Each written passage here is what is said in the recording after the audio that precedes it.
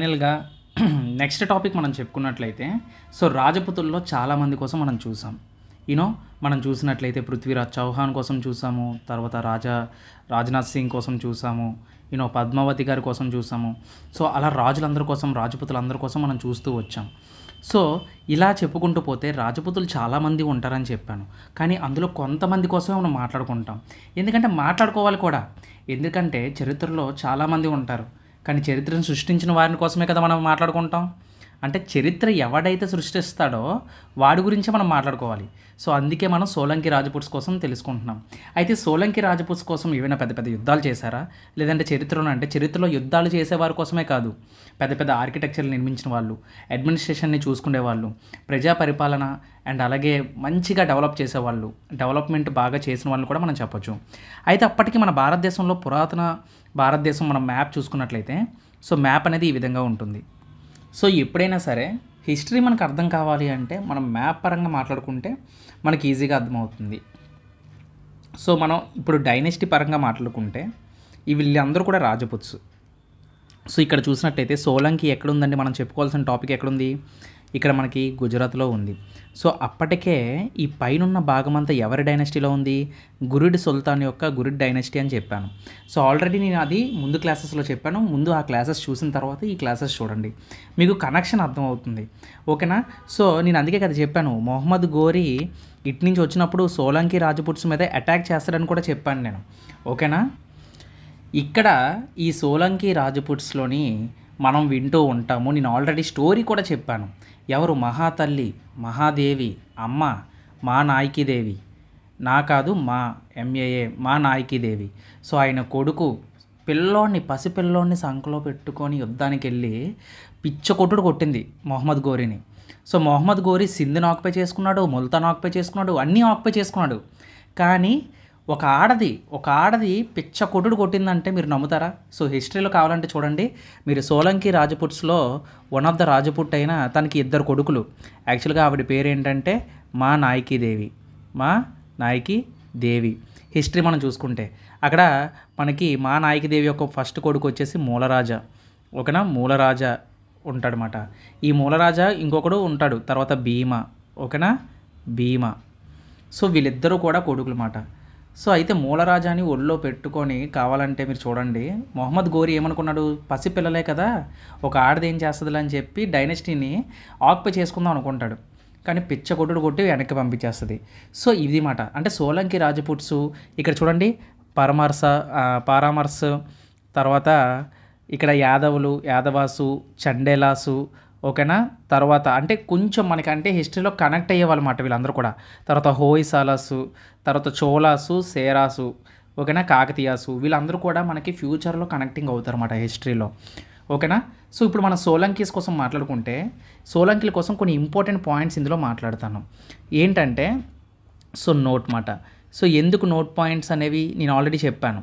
Note points అనేవి మనకు చాలా అంటే చాలా ఇంపార్టెంట్. మనం సో మెయిన్ వాళ్ళ గురించి ఇప్పుడు ఫర్ ఎగ్జాంపుల్ సోలంకి రాజపుట్స్ కోసం కదా మనం చెప్తున్నాం. అంటే సోలంకి రాజపుట్స్ మనకి ఏంటంటే గ్రేట్ ఆర్కిటెక్చర్ ఉంటుంది. Solanki Rajputs have great architecture. Okay? So అది. అయితే ఈ సోలంకి రాజపుట్స్లో ఒక రాణిగారి గురించి చెప్పాలి నేను. అంటే డీటెయిల్డ్గా మనం మాట్లాడుకునే కన్నా మెయిన్ పాయింట్స్ మాట్లాడుకుందాం. ఈ సోలంకి రాజపుట్స్లో ఒక రాణి ఉంటుందండి, ఆవిడ క్వీన్, ఆవిడ పేరే ఉదయమతి. ఆవిడ పేరేంటి? ఉదయమతి మాట. ఈవిడ కింద కొంతమంది మంత్రులు ఉంటారు. ఈవిడ కింద ఏంటంటే ఒక 3 ప్రైమ్ మినిస్టర్లు ఉంటారన్నమాట. 3 ప్రైమ్ మినిస్టర్స్ ఉంటారు. అదే కిందన పనిచేస్తారు కదండి, సో వాళ్ళు. అయితే ఈ 3 ప్రైమ్ మినిస్టర్స్ ఎవరో ఒకసారి చూద్దామా? సో వీళ్ళ 3 ప్రైమ్ మినిస్టర్స్ మనకి హిస్టరీలో చాలా అంటే చాలా ఇంపార్టెంట్. వీళ్ళు చేసిన ఆర్కిటెక్చర్ అబ్బో చెప్పలేము. కావాలంటే మీకు చూపిస్తాను కూడా ఆర్కిటెక్చర్ ఏంటంటే, ఒకటి వాస్తూప. సో ఉదయమతి గారి దగ్గర ఉండే 3 ప్రైమ్ మినిస్టర్స్లో మొదటివాడు వాస్తూప. తర్వాత ఇంకొకడు తేజపాల. సో ఇంకొకరు ఎవరు? గౌడపాల. సో ఈజీగా గుర్తుపెట్టుకోవచ్చు, తేజపాల, గౌడపాల, వాస్తూప. ఓకేనా? వీళ్ళ 3 ప్రైమ్ మినిస్టర్స్ అన్నమాట. ఓకేనా? సో వీళ్ళ 3 ఏం చేస్తారంటే ఇప్పుడు ఉదయమతి వాళ్ళ ఆయన యుద్ధానికి గెలిచొస్తే గుర్తుగా ఆయనకి అలా ఆయన పేరు మీద టెంపుల్ కట్టడం, లేదంటే ఏదైనా ఆర్కిటెక్చర్ కట్టడం అప్పట్లో రాజులు అలాగే చేసేవారు. ఇప్పుడు చూడండి ఏదైనా విజయం సాధిస్తే అప్పట్లో రాజులు ఏమైనా స్తంభాలు కట్టడం, సో ఇలాంటివి స్తూపాలు కట్టడం ఇలాంటివి చేసేవారు అన్నమాట. సో అందుకే ఉదయమతి ఏం చేసేదంటే వీళ్ళ ముగ్గురితో కలిసి ఈ 3 మెంబర్స్ కూడా ఏం చేసేవారంటే they built a new temples మాట. న్యూ టెంపుల్స్ అనే కన్నా బ్యూటిఫుల్ టెంపుల్స్ అంటే బెటర్ అండి. ఓకేనా? ఎందుకంటే చాలా అంటే చాలా బ్యూటిఫుల్ టెంపుల్స్ అయితే సోలంకి రాజపుట్స్ కట్టడం అయితే జరిగింది. అందులో నాకు నచ్చి అండ్ ఫేమస్ టెంపుల్ ఏంటి అంటే ఫస్ట్ వన్ నేను వచ్చేసి mount Abu Dilwara temple. Mount Abu Dilwara temple అని చెప్తాను నేను. సో ఎందుకు అంటే ఈ మౌంట్ అబూ దిల్వారా టెంపుల్ అనేది చాలా అంటే చాలా ఫేమస్ అండ్ టెంపుల్ కూడా చూడడానికి చాలా బాగుంటుందండి. ఇది మనకి ఇప్పుడు ప్రజెంట్ చూసుకుంటే గుజరాత్ రాజస్థాన్ ఈ రెండిట్ల చోటు కలిసి ఉంటుందన్నమాట. ఇప్పుడు ప్రజెంట్ గుజరాత్ రాజస్థాన్ ప్లేస్ ఎక్కడైతే ఉందో అప్పుడు వాళ్ళు అక్కడ ఉండేవారు అన్నమాట. సో అందుకే కొంచెం మనం ఇక్కడ మనం చూసుకుంటాం అన్నమాట. అయితే ఇక్కడ మీరు మౌంట్ అబూ దిల్వారా టెంపుల్స్ మీరు చూసినట్లయితే సో ఇక్కడ చూసారు కదండి. సో ఇదే మౌంట్ అబూ దిల్వారా టెంపుల్ అనేది. సో ఎంత బాగుందో చూడండి. వీటి యొక్క ఆర్కిటెక్చర్ మీరు చూసినట్లయితే చాలా డీటెయిల్డ్గా ఉంటుంది. ఈ టెంపుల్ అనేది మనకి భీమా 1 ఉన్న టైంలోని కట్టడం అయితే జరిగిందన్నమాట. ఈ టెంపుల్ భీమా 1 ఉన్న టైంలో మనకి కట్టడం అయితే జరిగింది. ఈ టెంపుల్ వచ్చేసి ఎవరి కోసం ఈ టెంపుల్ అంటే జైనిజం కోసం, ఎక్కువగా జైనిజంని కొలిచేవారన్నమాట. అప్పట్లో మనకి బుద్ధిజం జైనిజం అనేది చాలా పాపులర్ అయింది కాబట్టి ఇది ఒక జైనిజం టెంపుల్ కింద జైనుల కోసం ఈ టెంపుల్ని కట్టడం అయితే జరిగింది. ఇక్కడ మీరు చూసినట్లయితే మొత్తం చూడండి, ఇదంతా కూడా ఫుల్గా ఎలా ఉంటుందంటే ఫుల్ స్కల్ప్చర్ ఉంటుంది ఇక్కడ అంతా. అంటే స్కల్ప్చర్ అంటే మొత్తం చెక్కారన్నమాట. మొత్తం ఫుల్ స్కల్ప్చరే ఉంటుందన్నమాట. మౌంట్ అబూ అంటారు. ఇక్కడ టైల్స్ చూసినట్లయితే మీకు చెస్ టైప్లో మీకు టైల్స్ అయితే ఇక్కడ కనపడడం అయితే జరుగుతుందన్నమాట. మౌంట్ అబూ దిల్వారా టెంపుల్ అనేది ఇప్పటికీ కూడా చాలా ఫేమస్ అనే చెప్పచ్చు. అలాగే ఇక్కడ మనకి డౌన్లో ఈ టైల్స్ మనం చూసినట్లయితే ఈ టైల్స్లో మనకి ఏం యూజ్ చేశారంటే మార్బల్స్ యూజ్ చేశారు. ఓకేనా? ఇక్కడ మనకి ఏం యూజ్ చేశారు? మార్బల్స్ యూజ్ చేశారు. మనకి ఇది భీమా ఉన్న టైంలో ఇప్పుడు ఈ ఆర్కిటెక్చర్ ఎవరు చేయించారనుకున్నారు? ఇవన్నీ కూడా వాస్తూప. ఓకేనా? వాస్తూప మాట. సో మనకి ఈ వాస్తూప అనే వ్యక్తి తర్వాత వీళ్ళే ఎక్కువగా మనకు కనిపిస్తూ ఉంటారన్నమాట సోలంకి ఆర్కిటెక్చర్లోని. ఓకేనా? సో ఇంకా మనం ఇక్కడ రిలీజన్ చూసుకుంటే జైనిజం అని గుర్తుపెట్టుకోండి. ఓకేనా? సో తర్వాత మనం ఫెస్టివల్స్ చూసుకుంటే జైనుడు మహావీర జన్మ అనేది ఇక్కడ ఫెస్టివల్ కింద చేస్తారన్నమాట. ఓకేనా? సో ఇది ఎస్టాబ్లిష్మెంట్ వచ్చేసి 1031. ఓకేనా? సో మరీ ఎక్కువ డెప్త్ వెళ్ళిపోవాల్సిన అవసరం లేదు. ఇవి గుర్తుపెట్టుకుంటే మనకి సరిపోతుందన్నమాట. నెక్స్ట్ ఇంపార్టెంట్ వచ్చేసి మనకి గుజరాత్లో ఉంటుందండి. సో సెకండ్ వన్ మాట్లాడుకుందాం. సో సెకండ్ వన్ చూసినట్లయితే గుజరాత్. సో గుజరాత్లో ఏ టెంపుల్ అంటే సన్ టెంపుల్ అంటారు. ఓకేనా? ఈ టెంపుల్ వచ్చేసి ఏంటి? Sun temple. అయితే ఈ సన్ టెంపుల్ మీకు 2 చోట్ల విని ఉంటారు మీరు. ఓకేనా? కోనార్క్ ఒకటిని ఇదొకటి. ఇది సన్ టెంపుల్ ఆఫ్ మొదేరా. ఈ టెంపుల్ వచ్చేసి ఏంటి? Sun temple of Modhera. ఓకేనా? ఇది ఎక్కడ ఉంది అంటే మనకి గుజరాత్లో ఉంది. సో ఈ టెంపుల్ అనేది చాలా బ్యూటిఫుల్గా ఉంటుందండి. ఒకసారి మీరు ఫోటో చూసినట్లయితే మీరే చూడండి. ఒకసారి ఆర్కిటెక్చర్ ఏ విధంగా ఉందో చూడండి. ఇదే సన్ టెంపుల్ ఆఫ్ మొదేరా. ఇది గుజరాత్లో ఉంది. మనకి ఇది ఒక హిందూ టెంపుల్ అని గుర్తుపెట్టుకోండి. ఇది ఒక హిందూ టెంపుల్. సో ఇది కూడా మనకి ఎవరి యొక్క టైంలో అంటే ఇక్కడ సన్ టెంపుల్ అంటేనే మీరు అర్థం చేసుకోవాలి, ఇక్కడ సూర్యుడిని పూజిస్తారు. ఇక్కడ దేవుడు ఎవరు అంటే సూర్యుడికి డెడికేట్ చేస్తారన్నమాట. ఓకేనా? ఇది మొదేరా అనేది ఒక విలేజ్. ఇక్కడ మొదేరా అంటే ఇది విలేజ్ మాట. ఓకేనా? మొదేరా అనేది విలేజ్. మొదేరా అనే విలేజ్లో కట్టారన్నమాట. డిస్టిక్ వచ్చేసరికి ఇది మహసానా డిస్టిక్ అంటారు. ఓకేనా? ఇది గుజరాత్లో ఉందన్నమాట. అయితే ఏ రివర్ పక్కన ఉంది అని అడుగుతాడు. ఇది ఏ రివర్ పక్కన ఉంది అంటే రివర్ ఇక్కడ పక్కనే ఉండే రివర్ ఏంటంటే రివర్ పుష్పవతి రివర్ పక్కన మనకి ఇదైతే లొకేట్ అయి ఉంది. ఇది వచ్చేసి సుమారుగా 1026 నుంచి 27 సెంచరీలో కట్టిందన్నమాట. దీన్ని కట్టించింది ఎవరు అంటే భీమా 1. ఓకేనా? ఇది కూడా భీమా 1. సో భీమా 1 ఆఫ్ ఏ డైనెస్టీకి చెందింది? చాళుక్య డైనెస్టీ. యాక్చువల్గా చాళుక్యుల డైనెస్టీ చాలా అండి, అది విడిపోయి వేరు పేర్లు వచ్చాయి. కానీ చాళుక్యుల మనకి డైనస్టీ చౌలుక్య డైనస్టీ అంటారు. చాళుక్య కాదు, చౌలుక్య. ఓకేనా. చౌలుక్య డైనస్టీ అంటే మనకి చాలా పేర్లు వస్తాయన్నమాట. ఇప్పుడు నేను చౌలుక్య డైనస్టీ అన్నా, లేదు అంటే ఇప్పుడు చౌలుక్య బదులు మీరు కన్ఫ్యూజ్ అవ్వద్దు, సోలంకి డైనస్టీ అంటాను నేను. ఓకేనా. అంటే పేర్లు గుర్తుపెట్టుకోండి, పేర్లు కన్ఫ్యూజ్ అవ్వకూడదు. సోలంకి డైనస్టీ అన్నా, చౌలక్య డైనస్టీ అన్నా అంటే దీన్ని మనం చాళుక్య అని చదివేస్తారన్నమాట. అందుకే సోలంకి డైనస్టీ అని గుర్తుపెట్టుకోండి. ఓకే. సో అది అయితే ఇక్కడ మన భీమా వన్ టైంలో మీరు చూసినట్లయితే చాలా మాన్యుమెంట్స్ కట్టడం అయితే జరిగింది. ఓకేనా. సో డిఫరెంట్ మాన్యుమెంట్స్, ఏం ఆర్కిటెక్చర్ అబ్బా, కుమ్మేశారు అసలు.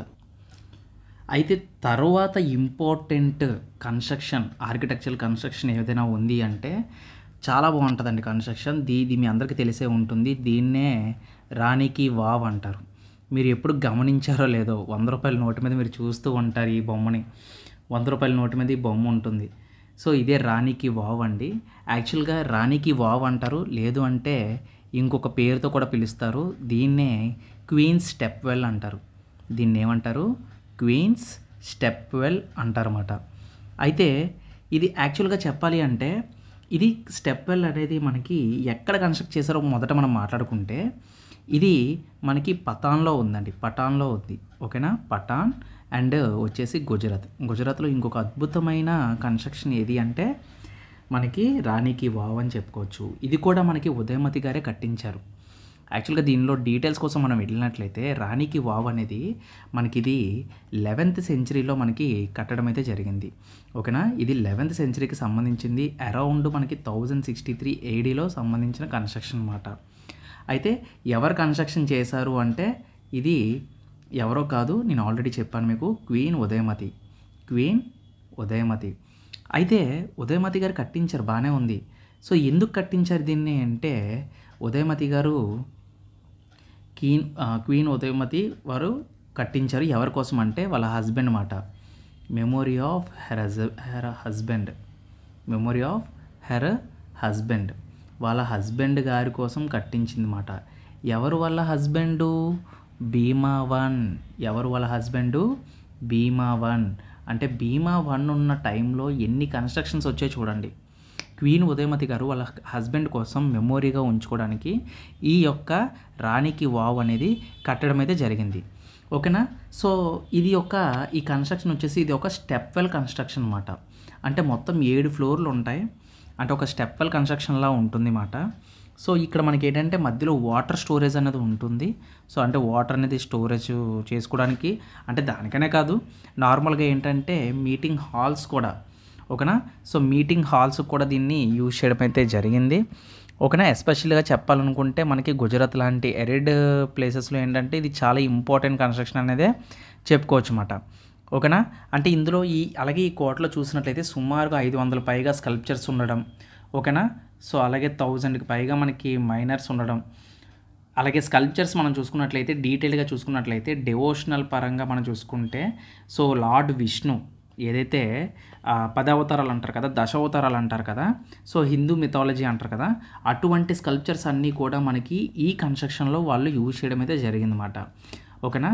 సో 10 అవతారాలు అంటారు కదా, సో అటువంటి 10 అవతారాలు ఇందులో యూజ్ చేయడం అయితే జరిగింది. అలాగే మహాకాళి దేవి, గాడెస్ దేవి అని మనకి విగ్రహాలు కూడా ఇందులో పెట్టడం అయితే జరిగిందన్నమాట. అయితే మీకు కొంత విషయం చెప్పాలి. ఈ రాణికి వావ్ అనేది ఎక్కడ ఉంది అంటే సరస్వతి నదికి పక్కన ఉంది. ఇది ఎక్కడంటే సరస్వతి నది ఉంది కదా, ఈ సరస్వతి రివరు పక్కన ఉంటుందన్నమాట. సరస్వతి రివరు పక్కన ఉంటుంది. సో దీనివల్ల ఏంటంటే మనకి ఒకసారి ఏమవుతుందంటే వరదలు వచ్చి ఈ రాణికి వావ్ అనేది మునిగిపోతుంది. అంటే ఫ్లడ్స్ రావడం వల్ల మనకి ఏంటంటే ఈ సరస్వతి రివర్ అనేది ముంచేస్తుంది అన్నమాట. ముంచడం వల్ల చాలా వరకు ఈ రాణికి వావ్ అనేది బయటపడలేదు. అయితే ఏం జరిగిందంటే ఇది బయటపడలేదు, కానీ ఒకసారి ఏం జరుగుతుందంటే కొంతమంది ఫారినర్సు ఈ సర్వే చేసిన వాళ్ళు దీన్ని ఎక్స్కవేట్ చేయడం అయితే జరిగింది. తర్వాత మన వాళ్ళు ఏం చేశారంటే 1980లో ఏఎస్ఏ వాళ్ళు దీన్ని అయితే మళ్ళీ రీస్టోర్ అయితే చేయడం జరిగింది. సో ఇలా రీస్టోర్ చేసిన తర్వాత యునెస్కో వాళ్ళు దీన్ని గుర్తించడం జరిగింది. యునెస్కో వాళ్ళు గుర్తిస్తారన్నమాట. వరల్డ్ హెరిటేజెస్ అని అంటాం కదా, యునెస్కో వరల్డ్ హెరిటేజ్ అని. యునెస్కో వాళ్ళు 2014లో రాణి కి వావ్ని యునెస్కో వరల్డ్ హెరిటేజ్గా దీన్ని డిక్లేర్ చేయడం అయితే జరిగిందన్నమాట. సో అందుకే యునెస్కో వాళ్ళు మనకి ఈవెన్ మనం నోట్లు మనం చూసినట్లయితే ఇక్కడ చూడండి, 100 రూపీస్ నోటు పైన మనకి రాణి కి వావ్ అనేది మనకి వరల్డ్ కల్చరల్ హెరిటేజ్ కింద దీన్ని గుర్తించడం అయితే జరిగిందన్నమాట. చూడండి ఎంత అద్భుతం. కాకపోతే దాన్ని అలా గుర్తించి ఈవెన్ మనీ నోట్ మీద కూడా అది పెడతారు. ఎందుకంటే this is the symbol of Hinduism and the symbol of our Indian kings and their architecture. Tourist attraction కూడా చాలా బాగుంటుంది. ఓకేనా. సో ఎంత అద్భుతాలు సృష్టించారన్నమాట సోలంకి రాజ్పుట్స్. మరి ఇలాంటి సోలంకి రాజ్పుట్స్ ఎలా ఎండ్ అయిపోయారు? అసలు సోలంకి డైనస్టీ ఎలా ఎండ్ అయిపోయింది ఒకసారి, అంటే ఇది ఇంపార్టెంట్ కాకపోయినా మనం తెలుసుకోవాలి కదా. మరి ఇంత గొప్ప కన్స్ట్రక్షన్స్ చేసిన వాళ్ళు ఎలా ఎండ్ అయిపోయారు? ఓకేనా. సోలంకి డైనస్టీ, చాళుక్య డైనస్టీ అని కూడా అనొచ్చు. సోలంకి డైనస్టీ అనేది ఎండ్ అనేది ఎలా అయ్యింది అనేది చూద్దాం ఒకసారి. అయితే కొన్ని ఆర్టికల్స్, కొన్ని హిస్టారికల్ ప్లేసెస్లో మనం, అంటే కొన్ని హిస్టారికల్ ఆర్టికల్స్ని నేను చదివినప్పుడు నేను చదివింది ఏంటంటే సోలంకి డైనస్టీ అనేది మొట్టమొదటిగా జరిగింది ఏంటంటే ఇంటర్నల్ ఇష్యూస్ అండి. First of all internal issues వల్ల అది కొంచెం వీక్ అయిందని చెప్పుకోవచ్చు. అంటే ఇంటర్నల్ ఇష్యూస్ ఏంటంటే ఒకరి తర్వాత ఒకరు రాజు అయినప్పుడు, సో 2-3 కొడుకులు ఉన్నప్పుడు, సో ఎవరు రాజు అవ్వాలి, ఎవరు ఏమవ్వాలి అని చెప్పేసి దాంట్లో కాన్ఫ్లిక్ట్స్ రావడం. సో దీనివల్ల సెంట్రల్ అథారిటీ మీద పడిపోయిందన్నమాట. అంటే స్ట్రాంగ్ లీడర్షిప్ లేకపోవడం అండ్ నో స్ట్రాంగ్ లీడర్షిప్. అంటే ఇప్పుడు భీమవరం తర్వాత స్ట్రాంగ్ లీడర్స్ ఎవరు లేరన్నమాట. నీకు ఎప్పుడైతే రాజు వీక్గా ఉంటాడో రాజ్యం కూడా వీక్ అయిపోతుంది అంటారు. అందుకనే సో నో స్ట్రాంగ్ లీడర్షిప్ అనే చెప్పుకోవచ్చు ఇక్కడ. నో స్ట్రాంగ్ లీడర్షిప్ అని చెప్పుకోవచ్చు.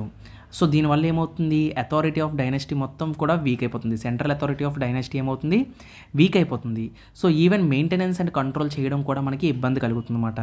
సో తర్వాత ఇంకోటి వచ్చేసి ఎకనామిక్ ఛాలెంజెస్ అనేవి వచ్చేసిందన్నమాట. ఇంకోటి ఏంటి, ఎకనామిక్ ఛాలెంజ్. యాక్చువల్గా ఒక రాజ్యం బాగుండాలి అంటే ఎకనామీ బాగుండాలి. ఇప్పుడు ఇండియా బాగుండాలి అంటే మనకేంటి, మన దేశంలోని ఎకానమీ బాగుండాలి. సో అంతే కదా. సో ఇప్పుడు ఎకానమీ ఛాలెంజ్ ఏమైంది అంటే చాలామందికి ఇప్పుడు ఏంటంటే గుజరాత్లో ట్రేడ్ అండ్ అగ్రికల్చర్ అనేది చాలా పెద్ద సమస్య కింద మారిపోయిందన్నమాట. ఓకేనా. అంటే సీజన్స్ ప్రకారంగా చూసుకుంటే వాళ్ళు బేస్డ్ ఆన్ ద అగ్రికల్చర్ మీద డిపెండ్ అవ్వడం.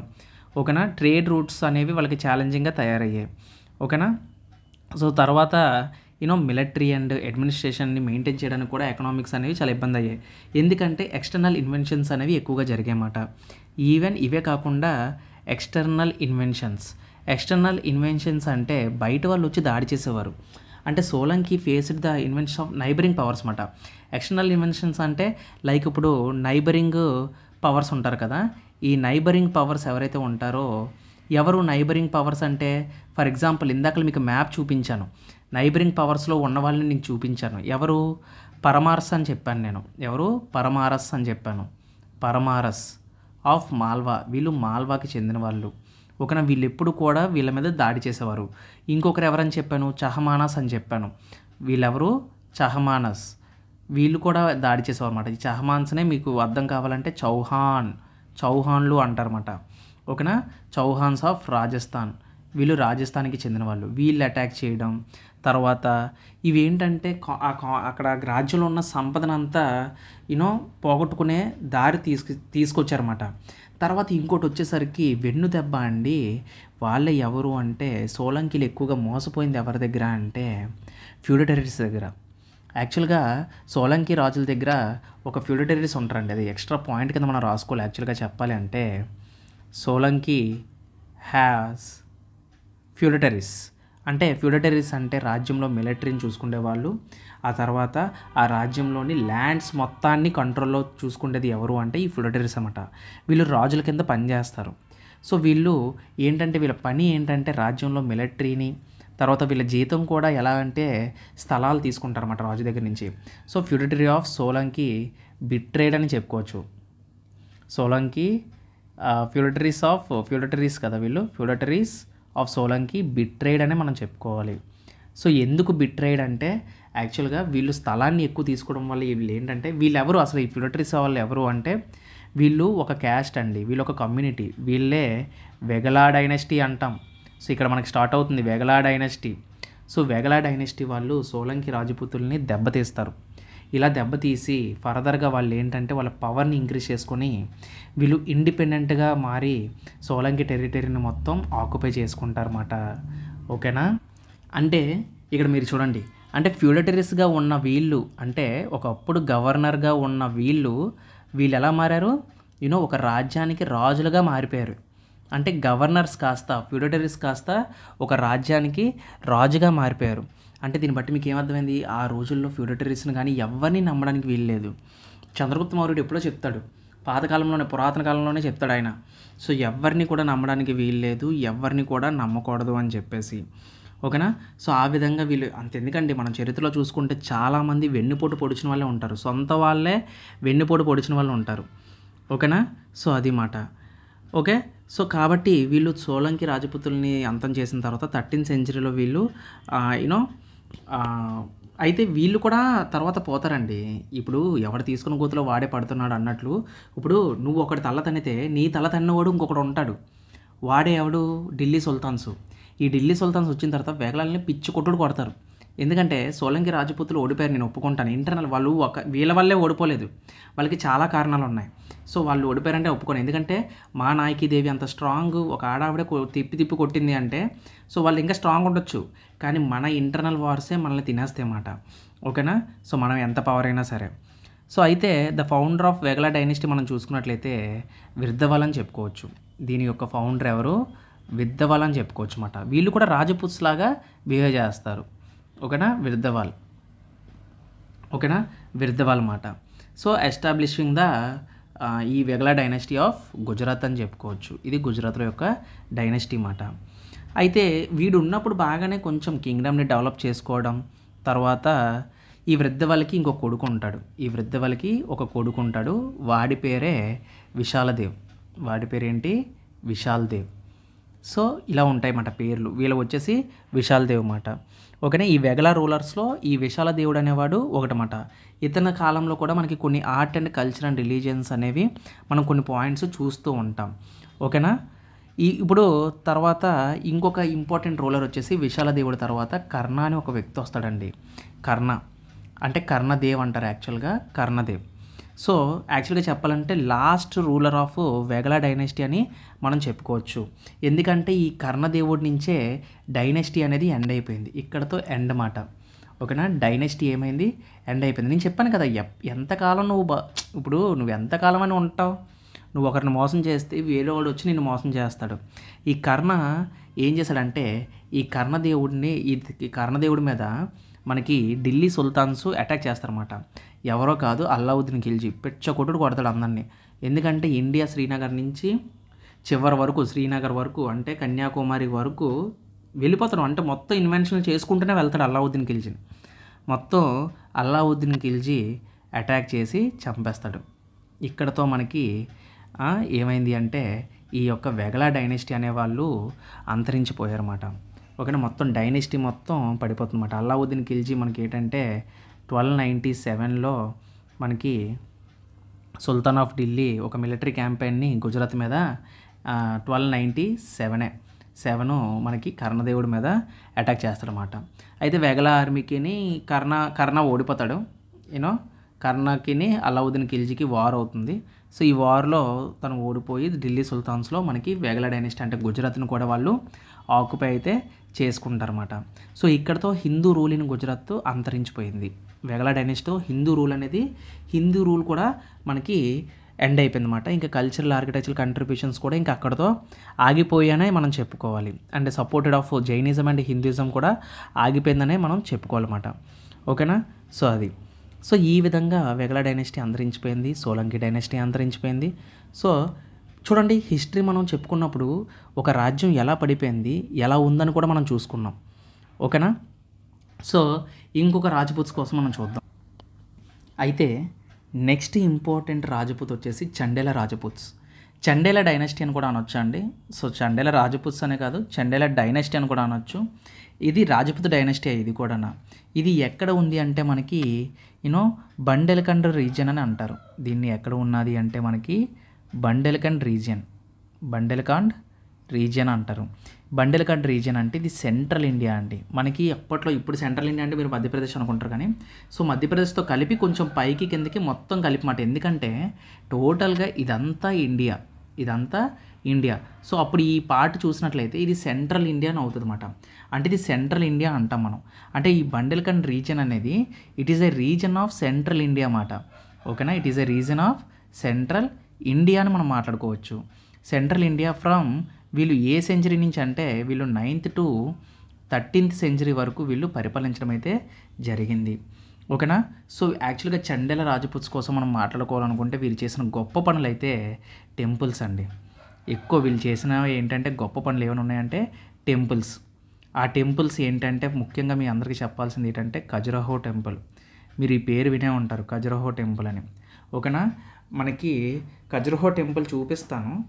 అంతకన్నా ముందు ఈ చండేల రాజపుత్స్లోని ఈ చండేల డైనాసిటీని ఫౌండ్ చేసింది ఎవరు అంటే మనకి ఫౌండర్, మరి సృష్టికర్త ఎవరో మనకు తెలియాలి కదా, ఖచ్చితంగా మనం తెలుసుకోవాలి కూడా. ఓకేనా, చండేల డైనాసిటీ యొక్క ఫౌండర్ ఎవరు అంటే నన్నుక. అతని పేరేంటి? నన్నుక. ఓకేనా. సో ఎప్పుడు అంటే 831 ADలో దీన్ని ఎస్టాబ్లిష్ చేయడం అయితే జరిగింది. నేను ఏన్షియంట్ హిస్టరీలో మనం మాట్లాడుకుంటాం. ఓకేనా, అలాగే మెడీవల్ రాజుల కాలంలో కూడా మనం కొన్నిసార్లు ఇది కనెక్ట్ అయి ఉంటుందన్నమాట. ఓకేనా.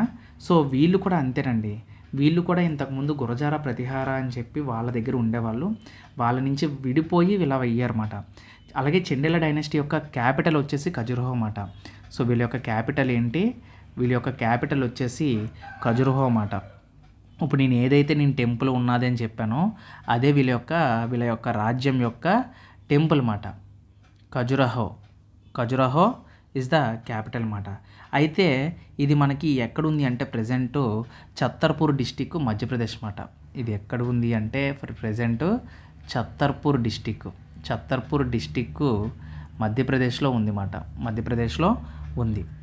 ఇంకొకటి మనం చెప్పుకో విధంగా ఏమైనా ఉన్నాయి అంటే కలింజార్ ఒకటి, మహోబా ఒకటి, అజయ్గర్ ఒకటి, ఇలాంటివి కొన్ని ఇంపార్టెంట్ స్ట్రాంగ్ హోల్డ్స్ అయితే చండేల ఆర్ట్స్కి అయితే ఉందిన్నమాట. అయితే చండేల రాజపుత్స్ యొక్క మనం ఆర్ట్ అండ్ కల్చర్ మనం చూసుకున్నట్లయితే మీకు చూపిస్తాను చూడండి. అయితే ఈ చండేల రాజపుత్స్ కోసం మనం మాట్లాడుకుంటే సుమారుగా వీళ్ళు 85 టెంపుల్స్ని అయితే కట్టించడం అయితే జరిగిందన్నమాట. వీటిని ఖజురహో టెంపుల్స్ అని కూడా అంటారు. 85 టెంపుల్స్ని కట్టించడం అయితే జరిగింది. One of the best temple నేను ఆల్రెడీ చెప్పాను కదా మీకు, ఖజురహో టెంపుల్ అని. సో ఇది చూసినట్లయితే ఇక్కడ చూసారు కదా, సో ఎంత బాగుందో చూడండి టెంపుల్ చూడడానికి వ్యూ. ఆ వ్యూ ఆర్కిటెక్చర్ చూసారా ఎంత బాగుందో. సో ఇది మాట వాళ్ళ యొక్క గొప్ప ఆర్కిటెక్చర్ అని మనం చెప్పుకోవచ్చు. అలాగే ఇంకా టెంపుల్స్ కోసం మనం మాట్లాడుకుంటే మనకి ఇంకో టెంపుల్ ఉంటుందండి. ఆ టెంపుల్ వచ్చేసి లక్ష్మణ టెంపుల్ అంటారు. ఇంకొక టెంపుల్ ఏంటి? లక్ష్మణ టెంపుల్. ఓకేనా, ఇవన్నీ కూడా ఇక్కడ ఖజురహో దగ్గర ఉండే టెంపుల్స్ మాట. తర్వాత ప్రశ్వనాథ టెంపుల్, తర్వాత ఇంకో టెంపుల్ వచ్చేసి ఏంటి? పర్శ్వనాథ టెంపుల్ మాట. పర్శ్వనాథ టెంపుల్. తర్వాత ఇంకొక టెంపుల్ ఉంటుంది డ్యాన్సింగ్ గణేష కూడా ఇక్కడ మనం చూడొచ్చు ఈ టెంపుల్లో. ఓకేనా, సో చాలా స్కల్ప్చర్స్ అనేవి ఉంటాయి. అండ్ ఇంకోటి వచ్చేసి మనకి ఏంటంటే కండారియా టెంపుల్. ఓకేనా, కండారియా మహాదేవ టెంపుల్.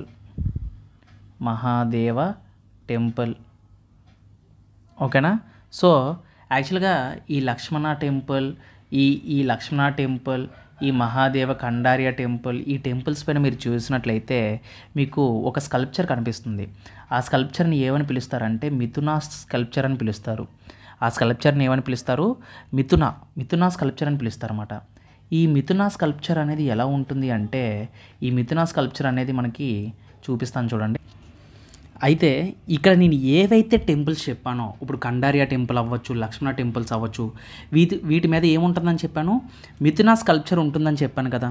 సో మిథున అంటే ఇక్కడ దీని మీనింగ్ ఏంటంటే ఇక్కడ మిథున అంటే సెక్షువల్ ఇంటెన్షన్స్ కలిగిన స్కల్ప్చర్స్ అని అర్థం. అంటే సెక్స్ మాట. అంటే వీళ్ళు సెక్స్ని ప్రమోట్ చేస్తున్నారా అంటే కాదు. సో దీని వెనకాల చాలా అంటే చాలా చాలా పెద్ద పెద్ద అర్థాలు ఉన్నాయి.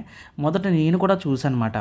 ఇవేంటి వీటి మీద మిథునా స్టైల్ అంటే ఏంటబ్బా అంటే మిథున అంటే మీనింగు రొమాంటిక్ అని వచ్చింది.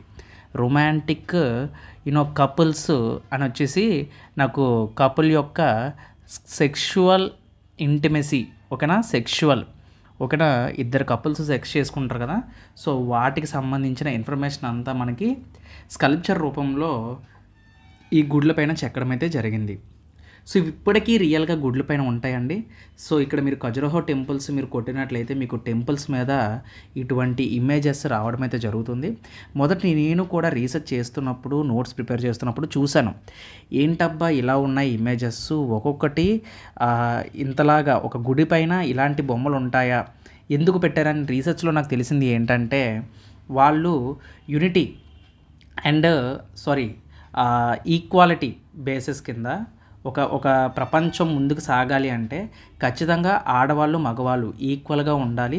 అండ్ వాళ్ళు ఈక్వల్గా మనకి ఏంటంటే, అంటే యూనివర్స్ అనేది ఒక బ్యాలెన్సింగ్ జరగాలి అంటే ఖచ్చితంగా ప్రపంచంలో సెక్స్ అనేది జరగాలి.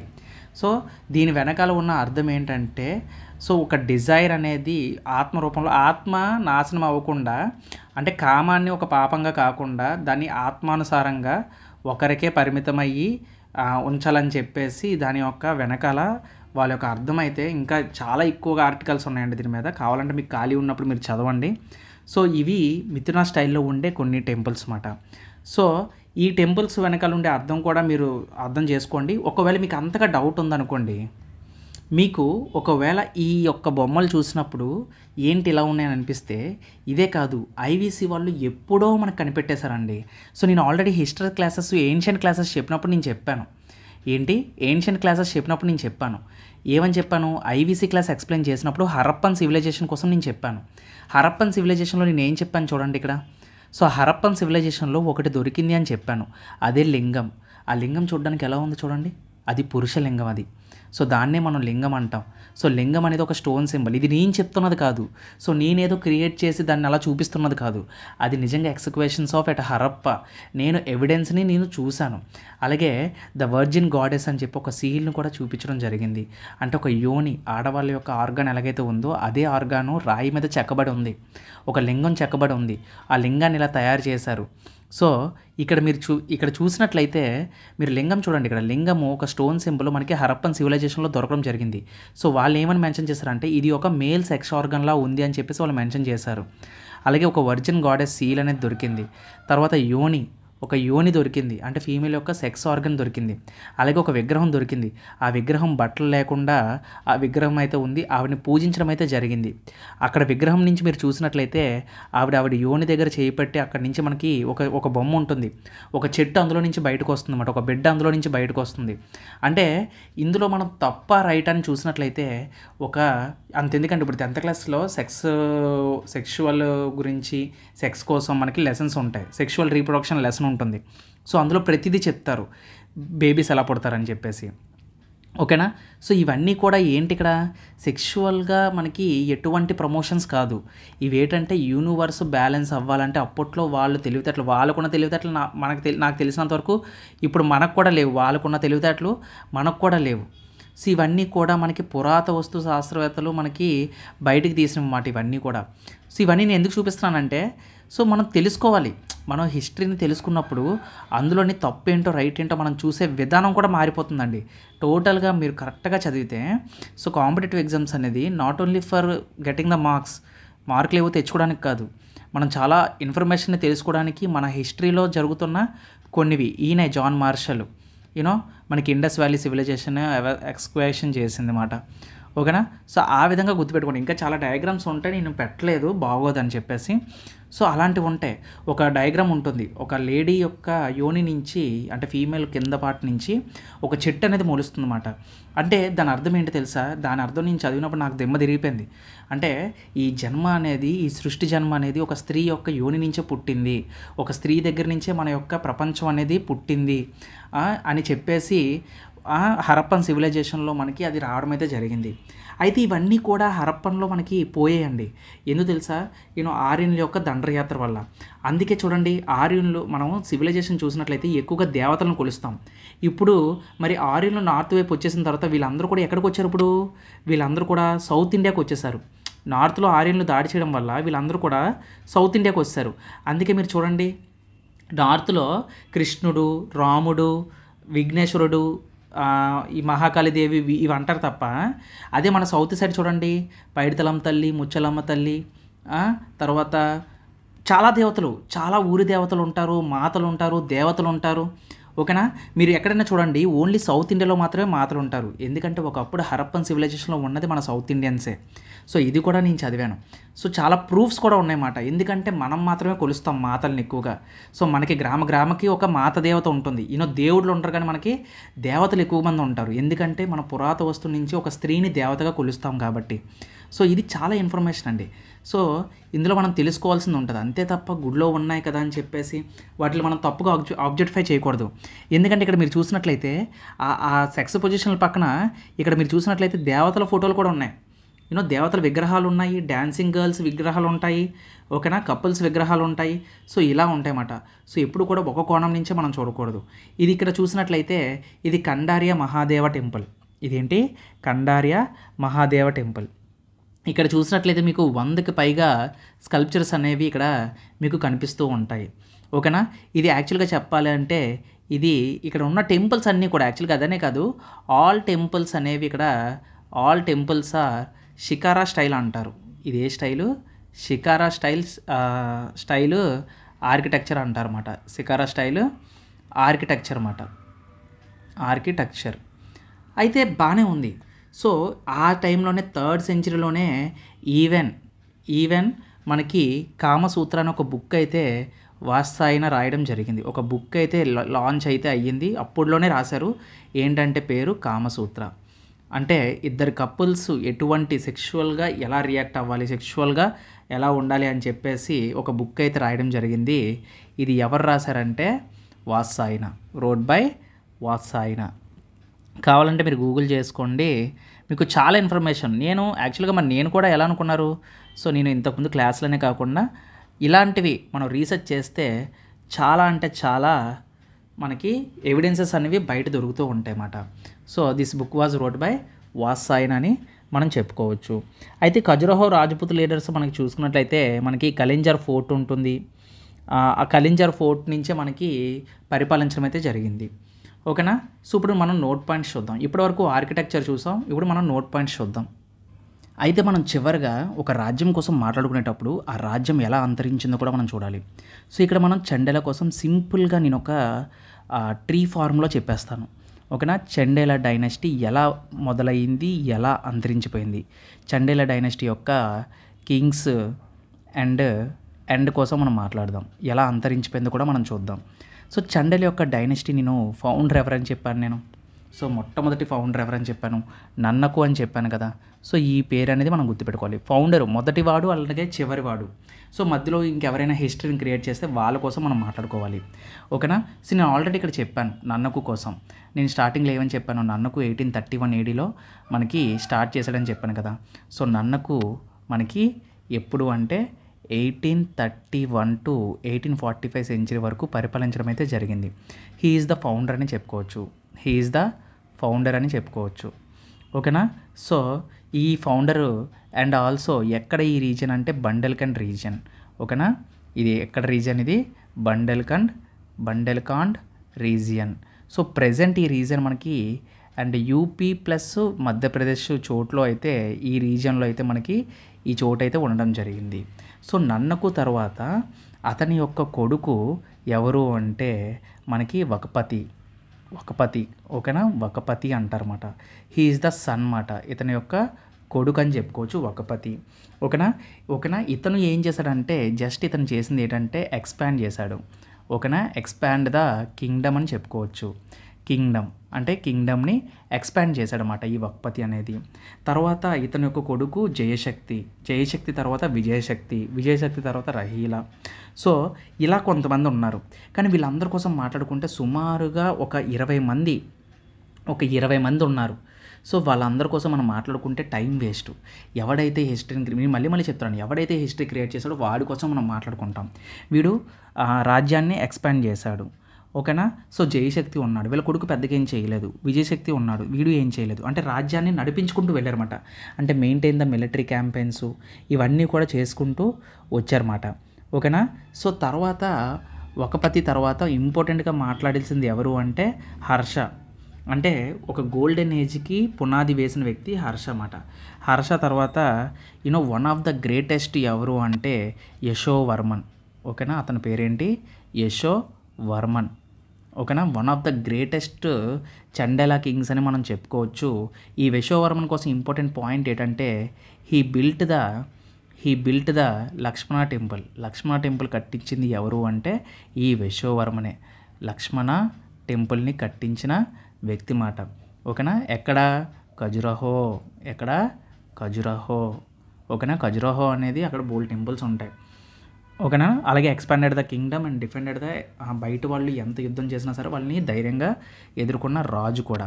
ఓకేనా, అది యశోవర్మన్కి సంబంధించిన ఇంపార్టెంట్ పాయింట్ అని మనం చెప్పుకోవచ్చు. నెక్స్ట్ ఇంకా మనం చూసినట్లయితే నెక్స్ట్ ఇంపార్టెంట్ వచ్చేసి ఇతని యొక్క కొడుకు ఉంటాడనమాట. అతని పేరే దంగ. తండ్రిని మించిన తన్నుడు కూడా అని అనిపించుకున్నాడు దంగ. ఈ యశోవర్మన్ వచ్చేసి మనకి ఎప్పుడు అంటే 1950 to 1970 సెంచరీ వరకు ఉంటాడు. ఈ దంగ వచ్చేసి 1950 మనకి అదే టైంలో తండ్రి ఉన్న టైంలోనే 1002 సెంచరీ వరకు మనకు ఉంటాడనమాట. ఓకేనా, సో ఇతన్ని కూడా గ్రేటెస్ట్ కింగ్ అని మనల్ని ఇతన్ని మెన్షన్ చేస్తారు. So Dhanga also greatest Chandela king అని ఇతన్ని మెన్షన్ చేస్తారన్నమాట. చండేలా కింగ్ మాట. సో అలాగనే కాదు, is the son of Yashovarman. ఓకేనా, సన్ ఆఫ్ యశోవర్మన్. అలాగే ఈ దంగా కోసం మనం మాట్లాడుకున్నట్లయితే ఇతను కూడా ఒక టెంపుల్ని అయితే కడతాడు. ఆ టెంపుల్ ఏదో కాదు, కండారియా టెంపుల్. కండారియా మహాదేవ టెంపుల్ ఉంది కదా, ఈ కండారియా మహాదేవ టెంపుల్ని కట్టించింది ఎవరు? మహాదేవ టెంపుల్ కట్టించింది. ఎక్కడ ఈ టెంపుల్? ఇది కూడా ఎక్కడుంది? ఖజురహో దగ్గర ఉంది. ఖజురహో. సో ఈ టెంపుల్ కట్టించింది ఎవరు అంటే దంగ. ఓకేనా, సో అది మేజర్ పవర్ని కూడా సృష్టించింది ఎవరు అంటే దంగ అని చెప్పుకోవచ్చు. దంగ తర్వాత మనకి వచ్చింది ఎవరు అంటే దంగ తర్వాత అతని కొడుకు గండా ఉంటాడు. ఓకేనా, సో దంగ యొక్క కొడుకు ఎవరు అంటే గండా. సో వాళ్ళ ఫాదర్ యొక్క లెగసీని, ప్యాటర్నేజ్ని, ఎక్స్పాన్షన్ని మెయింటైన్ చేసుకుంటూ వచ్చాడు గండా. సో గండా కోసం మనం పెద్దగా మాట్లాడాల్సిన అవసరం లేదు. తర్వాత వచ్చిన వాడు మాత్రం చాలా ఇంపార్టెంట్. గండా యొక్క కొడుకు విద్యాధర. అతని కొడుకు ఎవరు? Vidyadhara. The most important person and brave king మాట. సో ఎందుకు ఇంత బ్రేవ్ అని చెప్తున్నానంటే most powerful Chandela king. He is the most powerful అని రాస్తాను. ఎందుకు మోస్ట్ పవర్ఫుల్ అని మెన్షన్ చేయాల్సిన అవసరం లేదు, బట్ మోస్ట్ పవర్ఫుల్ కింగ్ అని ఎందుకంటానంటే హీ డిఫీటెడ్ ద గజని. ఎవరు డిఫీట్ చేయలేదండి, ఎవరు డిఫీట్ చేయలేదు. He defeated the Mohammad Ghazni. తుక్కు రాకుంటాడు మొహమ్మద్ గజ్నీని. అసలు మొహమ్మద్ గజ్ని ఎక్స్పెక్టేషన్ లేకుండా వచ్చేస్తాడనమాట. పిల్ల బచ్చా ఈ ఏముంది బ్యాటిల్లో కుమ్మేస్తాడు అంటే కుమ్మేద్దాము అంటే చాలా చిన్న రాజ్యం కదా, చెప్పుకోతగ్గ పెద్ద రాజ్యం కూడా కాదు. ఓకేనా, కలింజర్ ఫోర్ట్ నేను ఆల్రెడీ చెప్పాను. ఇక్కడ ఎక్కడంటే మీకు ఆల్రెడీ చెప్పాను, బ్యాటిల్ వీళ్ళు ఒక ఫోర్ట్లో ఉంటారని చెప్పాను. అది ఏం ఫోర్ట్ అని చెప్పాను? కలింజర్ ఫోర్ట్ అని చెప్పాను నేను. ఓకేనా, కలింజర్ ఫోర్ట్ అంటే మొహమ్మద్ గజ్ని ఈ కోట మీదకి దాడి చేసినప్పుడు విద్యాధర తన కోటను కాపాడుకుంటాడనమాట. ఈ ముగ్గురు వ్యక్తుల్లో కలింజర్ కోటకి మనం గజ్నీ మీద పోరాడి గెలిచిన వ్యక్తుల్లో, రాజపుతుల్లో ఒకే ఒక్క రాజపుత్ అయిన భారతదేశంలో విద్యాధర అని చెప్పుకుంటాం అన్నమాట. ఇతను చండేల రాజపుత్ అని మీరు బాగా గుర్తుపెట్టుకోవాలి. ఓకేనా, సో అది మాట. అంటే మొహమ్మద్ గజ్నీ కోసం నేను చెప్పినప్పుడు నేను చాలా విషయాలు చెప్పాను, బట్ వన్ ఆఫ్ ద విషయం ఏంటంటే ఇంపార్టెంట్ మ్యాటర్ ఏంటంటే ఈ విద్యాధర్ అనే ఒకే ఒక్క రాజపుత్తు మొహమ్మద్ గజ్నీని బ్యాటిల్లో ఓడిస్తాడనమాట. ఓకేనా, ఈ బ్యాటిల్లో ఓడిస్తాడు. సో అంత ఇంపార్టెంట్ వ్యక్తి అన్నమాట విద్యాధర్ అనే వ్యక్తి. ఓకేనా, సో అది. అలాగే ఈ విద్యాధర్ కోసం ఇంకా మనం మాట్లాడుకున్నట్లయితే ఈ విద్యాధరే మనకి Vishwanatha temple. He built Vishwanatha temple. ఈ విశ్వనాథ టెంపుల్ని కట్టించింది ఎవరు అంటే మన Vidyadhara. Vishwanatha temple okay, at Khajuraho.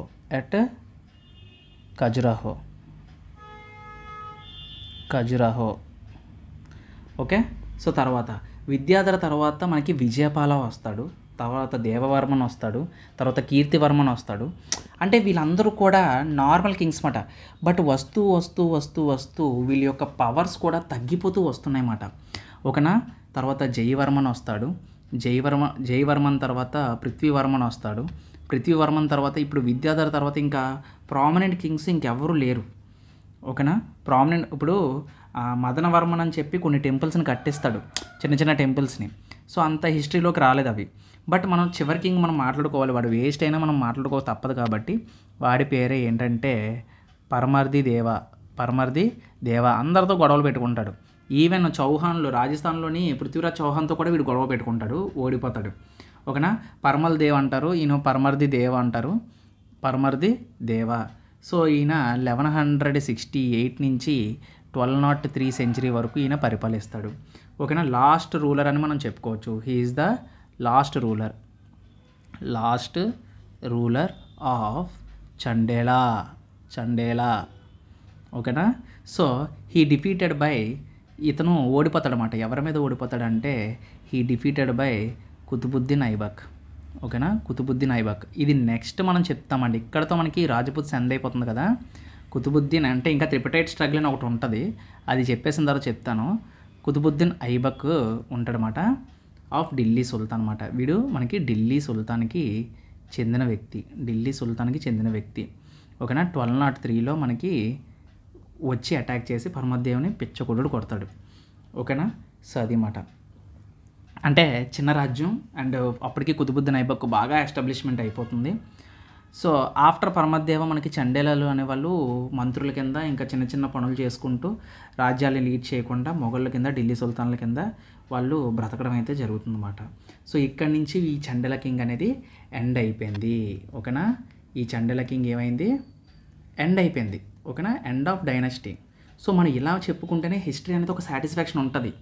Important పాయింట్లు చదివేస్తే మనకి సాటిస్ఫాక్షన్ ఉండదు. ఒక రాజ్యం కోసం చదివామంటే ఆ రాజ్యంలో జరిగే ఆర్కిటెక్చర్ కానీ, అడ్మినిస్ట్రేషన్ కానీ, సో ఏదైనా సరే ఇవేమైనా చేయాలి. ఇప్పుడు ఫాల్ ఆఫ్ కలింజర్ అంటాడు. ఓకేనా. మీకు ఇప్పుడు ఫర్ ఎగ్జాంపుల్ క్వశ్చన్ అడిగాడు, ఏమని, when was the fall of Kalinjar fort అని అడిగాడు. కలింజర్ ఫోర్ట్ ఎప్పుడు పడిపోయిందని అడుగుతాడు. కలింజర్ ఫోర్ట్ ఎప్పుడు మనకి ఫాల్ ఆఫ్ కలింజర్ ఫోర్ట్ అని ఎప్పుడు చెప్తాం, ఇది 1203 సెంచరీ అనే చెప్తాం మనం. ఎందుకంటే అప్పటితో మనకి పరమదేవ్ ఓడిపోయాడు కదా. సో అది మాట. ఆ విధంగా కూడా మనం క్వశ్చన్స్ అటెంప్ట్ చేయొచ్చు మనకు సబ్జెక్ట్ నేర్చుకుంటే. సో అది. సో ఈ విధంగా ఈ వీడియోలో మీకు చండేలా కింగ్స్ కోసం and architectures and sculptures and story and అలాగే సోలంకి డైనస్టీ, మీకు ఏ డైనస్టీ నచ్చిందో చెప్పండి.